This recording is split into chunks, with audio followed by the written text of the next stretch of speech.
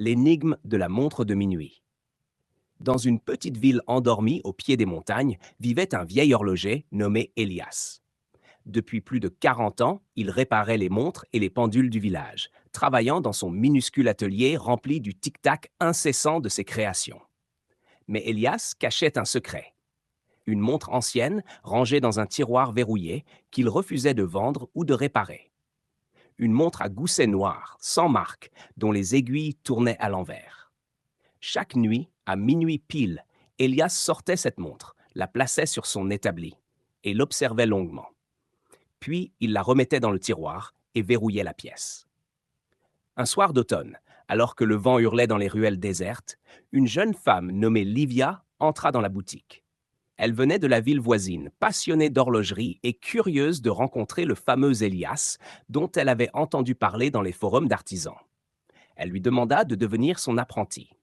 Le vieil homme, d'abord réticent, finit par accepter, à une seule condition: ne jamais entrer dans l'atelier après minuit. Livia accepta, mais sa curiosité grandit de jour en jour.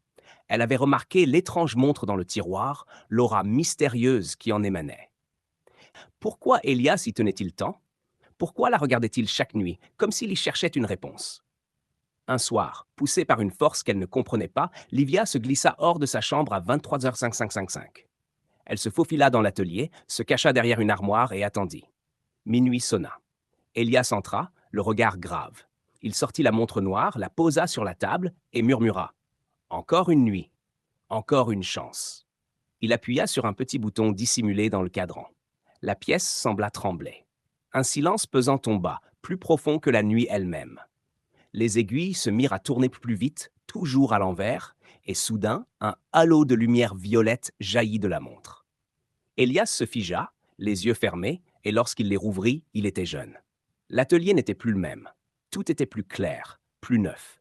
Et en face de lui, une femme apparut. Anna. C'était sa femme, morte il y a 30 ans dans un accident de train. Chaque nuit, depuis 3 décennies, Elias utilisait la montre pour remonter le temps jusqu'à ce moment précis où il pouvait encore la voir, lui parler, mais jamais la sauver.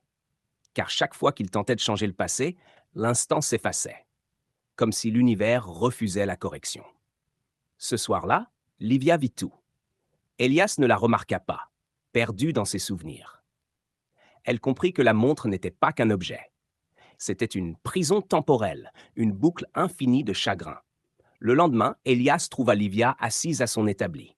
Elle ne dit rien, juste un regard compatissant. Il sut qu'elle avait tout vu. Tu sais maintenant, dit-il simplement. Oui, mais peut-être qu'il est temps de la laisser partir. Elia hésita. Puis, lentement, il déposa la montre dans ses mains. Brûle-la. Moi, je n'en ai plus la force. Livia, les yeux brillants, sortit dans le vent du matin. Elle alla au sommet de la colline, là où l'aube baignait la terre d'une lumière dorée. Elle ouvrit le couvercle de la montre, observa les aiguilles folles une dernière fois, et la jeta dans le feu. Un cri silencieux traversa l'air, comme un dernier souffle. De retour à l'atelier, Elia se sentit soudain léger, comme libéré d'un poids invisible. Il sourit à Livia, le regard plein de gratitude. Merci. Et pour la première fois depuis 30 ans, la montre sonna midi.